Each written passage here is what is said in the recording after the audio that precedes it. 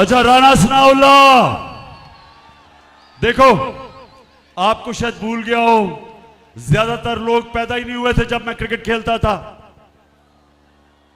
मैं अल्लाह की, सारा कुछ अल्लाह करता है, कोशिश इंसान की, कामयाबी अल्लाह की। तो मुझे अल्लाह ने बड़ी कामयाबी दी और क्रिकेट की तारीख में मुझे एक वो टॉप कप्तानों में माना गया। अब कप्तान क्या होता है? सिर्फ सारी खेलों के अंदर एक स्पोर्ट के अंदर कप्तानी की जरूरत होती है, बाकी कोच ज्यादा अहमियत कोच की होती है। सिर्फ क्रिकेट में कप्तान की जरूरत पड़ती है क्योंकि उसको फैसले करने पड़ते हैं, वो फैसले जो किसी कप्तान को नहीं करने पड़ते। तो कप्तान की सबसे बड़ी क्वालिटी क्या होती है? वो सारा वक्त देख रहा होता है कि मेरा मुखालिफ क्या कर रहा है और मैं क्या करूंगा। मुझे तो पता है राना सनाउल्लाह ने क्या करना है, मुझे तो पता है राना सनाउल्लाह ने क्या करना है। राना सनाउल्लाह को नहीं पता मैंने क्या करना है। तो तैयारी कर लो, मेरी सारी आज पाकिस्तानी कौम देख रही है, तैयारी कर रहा हूं। लेकिन मैं उससे पहले, खत्म करने से पहले एक बताना चाहता हूं, मैं ये जरूर दिखाना चाहता हूं आपको कि किस तरह के लोग हमारे ऊपर मुसल्लत किए गए हैं। जो स्टार है, जो नवाज शरीफ की जो स्टार मानी जाती है, वो उसकी बेटी मरियम है। अब मरियम उसकी फैमिली में सबसे अक्लमंद समझी जाती है। अब जरा ये आप ये जरा देखें ख्वातीन, ये जरा गौर से देखें, ये पहले देखें कि जब मैंने कहा कि आपके लंदन में ये महंगे महंगे इलाके में 4 महलात किधर से आए, तो ये सुने क्या कहती है कि इस तरह मुझे लगा कि आप लोगों को बेवकूफ नहीं बना सकते। मेरी सेंट्रल लंदन में प्रॉपर्टीज तो दूर की बात है, मेरी पाकिस्तान में भी कोई प्रॉपर्टी नहीं है। मैं अपने वालिद के साथ है और मुझे समझ नहीं आई कि मेरी और मेरी वालदा की और बहन भाइयों की प्रॉपर्टीज ये कहाँ से निकाल के ले आए हैं। मेरे नाम पाकिस्तान में कोई प्रॉपर्टी नहीं है, ये तो इंग्लैंड की बात है। सुन लिया रमियार खान, सुन लिया, मेरे पास तो कोई प्रॉपर्टी ना, इंग्लैंड तो दूर की बात है, पाकिस्तान में मैं बेचारी, मुझे तो हर रोज घर ढूंढना पड़ता है कोई छत मिल जाए। अब ये सुने, अब इस मरियम को नहीं पता था कि अल्लाह अल हक है, सच का खुदा है। कुरान में वो कहता है, मेरा ये वादा है कि सच आखिर में सबके सामने आएगा, उसका वादा है अल हक का। तो मरियम को नहीं पता था कि 4 साल के बाद एक इंटरनेशनल इंकशाफ होगा, एक इंटरनेशनल इंकशाफ, जिस इंकशाफ में बड़े बड़े दुनिया के मिनिस्टर और वजीर और प्राइम मिनिस्टर, उनकी जो प्रॉपर्टीज थी वो दुनिया में सामने आ गई, जिसको कहते हैं पनामा पेपर्स। अब जब इंकशाफ हो गया तो मरियम के बड़े भाई या छोटा भाई, मुझे नहीं पता, वो क्या कहता है, जरा आप ये सुने। मैं इस बात को तस्लीम करता हूँ कि अल्हम्दुलिल्लाह पाक लेन के ऊपर जो अपार्टमेंट्स हैं वो अल्हम्दुलिल्लाह हमारे हैं। मैं इस बात को तस्लीम करता हूँ कि उनको ऑफशोर कंपनीज नेस्कॉल लिमिटेड और नीलसन लिमिटेड जो है उनको ओन करती हैं, और मैं आपको ये भी अर्ज करता हूँ उनको होल्ड कर रही है इस वक्त मरियम नवाज शरीफ, मेरी हमशीरा जो है। ठीक है जी, सुन लिया रबिया खान, सुन लिया कि ना तो सिर्फ वो हमारी प्रॉपर्टीज हैं, वो मरियम नवाज के नाम पे खरीदी गई। अब आप बड़ा शऊर, मेरे वैसे माशाल्लाह बड़ा सब्र और शऊर से सुना आपने। अब मुझे ये बताएं कि अपनी बेटी के नाम पे उसने क्यों खरीदी, अपने नाम पे क्यों नहीं खरीदी? क्योंकि पैसा तो नवाज शरीफ का था। बताएं, मेरी बहनें बताएं आगे, क्यों अपने नाम पे नहीं खरीदी? क्योंकि चोरी का पैसा था और चोरी आपकी थी, पाकिस्तानियों का पैसा चोरी करके लंदन ले गया था और अब तैयारी कर रहे हैं पाकिस्तान वापस आने में। नवाज शरीफ फिक्र ना करो, मेरी कौम शानदार इस्तकबाल करेगी तुम्हारा, तुम आओ तो सही। अच्छा अब जब मरियम को पता चला कि भांडा फूट गया, भाई ने कह दिया कि ये हमारी प्रॉपर्टीज है। जब भाई ने कह दिया कि हमारी प्रॉपर्टीज है, अब जरा सुने मरियम क्या कहती है, सुने जरा। हसन हुसैन के पास आज जो भी है वो एक अरबपति दादा के पोते हैं। उस अरबपति दादा के पोते हैं जो 1960s और 70s में पाकिस्तान का अमीर तरीन इंसान था।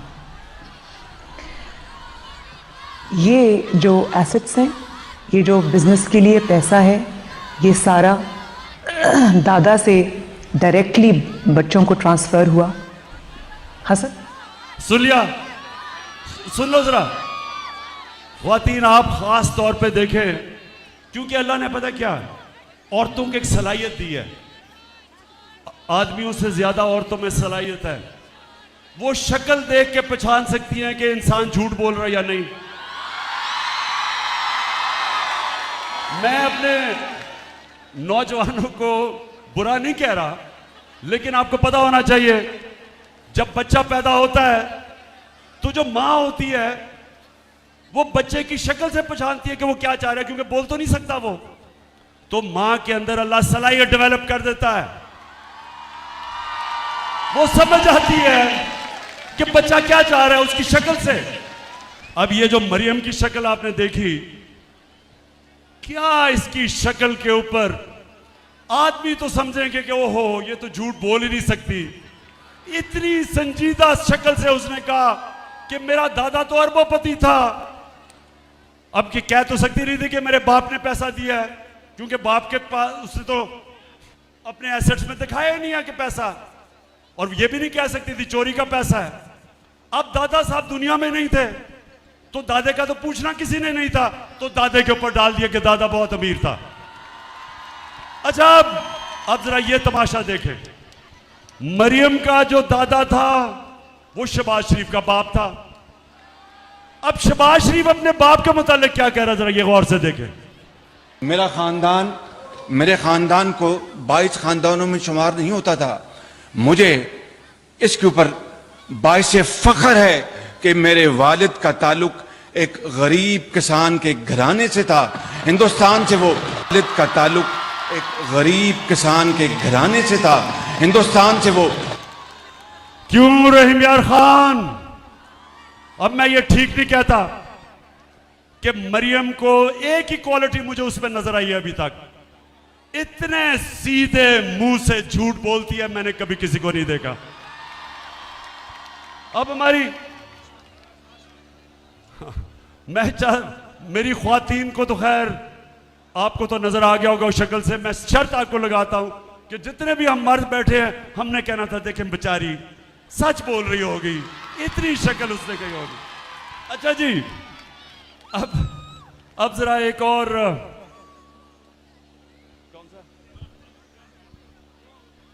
अच्छा, अब मैं आखिर में पहुंच रहा हूं।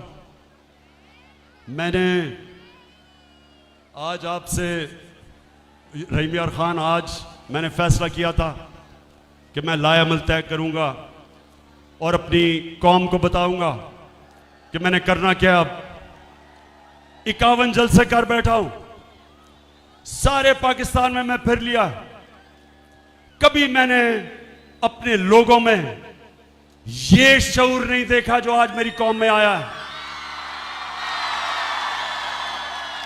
मैंने कभी 5 इतने गर्मी के महीने, इतने गर्मी के महीने मैंने कभी इस तरह कौम को नहीं निकलते देखा जिस तरह आज आप बैठी हैं ख्वातीन गर्मी के अंदर।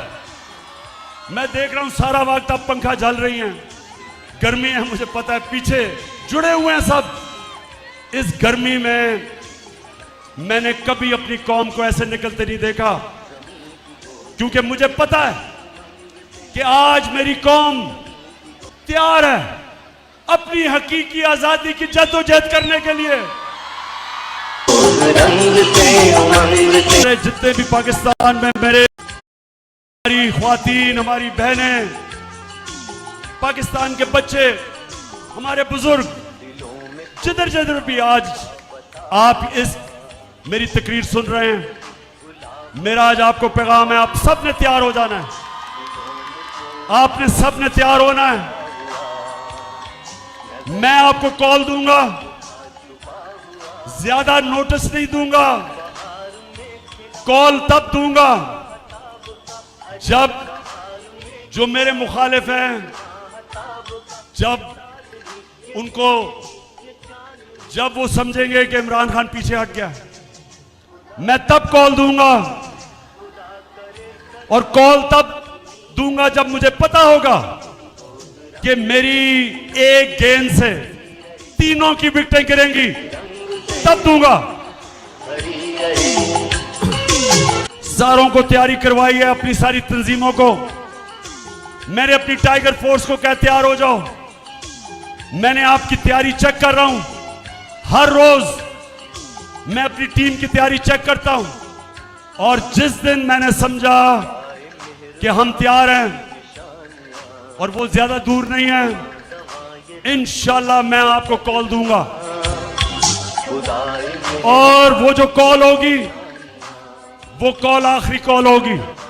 उसके बाद कोई मार्च नहीं होगी, कोई धरना नहीं होगा।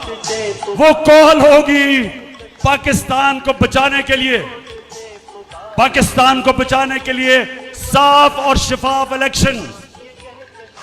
अगर मैं चैलेंज करता हूं, कोई मुझे आज बता दे कि जिस तरह ये तेजी से मुल्क को तबाही की तरफ लेके जा रहे हैं, माशी बर्बादी की तरफ लेके जा रहे हैं, सिवाय साफ और शफाफ इलेक्शन के कोई दूसरा रास्ता पाकिस्तान के लिए नहीं।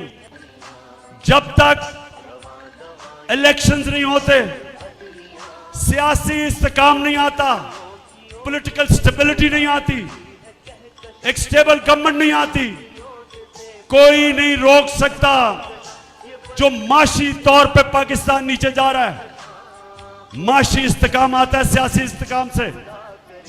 हम इलेक्शंस ये नहीं चाहते कि हमें इक़्तिदार चाहिए, हम इलेक्शंस इसलिए चाहते हैं कि ये मुल्क को तबाही की तरफ लेके जा रहे हैं, अवाम का माशी कत्ल कर रहे हैं, महंगाई में अवाम डूब रही है, चाहे वो किसान हो, चाहे वो सनतकार हो, चाहे वो घर में ख्वातीन देख रही हैं कि हर रोज कीमतें ऊपर जा रही हैं, बिजली के बिल नहीं लोग दे सकते, और अभी महंगाई और आनी है क्योंकि रुपया गिर रहा है। 33% पाकिस्तान का रुपया गिरा है, 33% इस मुल्क का रुपया गिरा है। इसका क्या मतलब है? आपके बैंक में जो पैसे पड़े हुए थे, अगर 100 रुपया था तो उसमें से 33 रुपए काट लें, 100 रुपए में से 33 रुपए कम हो गए। लेकिन अगर आपका पैसा, आपके असासे मुल्क से बाहर पड़े हैं तो आपको 33% फायदा हो गया, आपके असासे ऊपर चले गए। और इसलिए मैं ये भी इस कौम को कहता हूं, कभी ना देना जिस पार्टी के सरबराह के पैसे और असासे मुल्क से बाहर पड़े हों, क्योंकि मुल्क में जब रुपया गिरता है उनको फायदा होता है। और इसलिए अगर हमने मुल्क को इस तबाही से बचाना है, सिर्फ एक रास्ता है, साफ और शफाफ इलेक्शन। और हमारी जो तहरीक होगी, अब जब हम निकलेंगे इस बारी, जब तक साफ और शफाफ इलेक्शन की अनाउंसमेंट डेट नहीं मिलती, जब तक हमें तारीख नहीं मिलती, ये अब तहरीक रुकेगी नहीं। रहीम यार खान, आखिर में मुझे बताओ, आप तैयार हो? इंशाअल्लाह, इंशाअल्लाह। मैं फिर से सलाम करता हूं आपको, आपके जज्बे, जुनून और शऊर को। पाकिस्तान जिंदाबाद और रहीम यार खान जिंदाबाद। अल्लाह।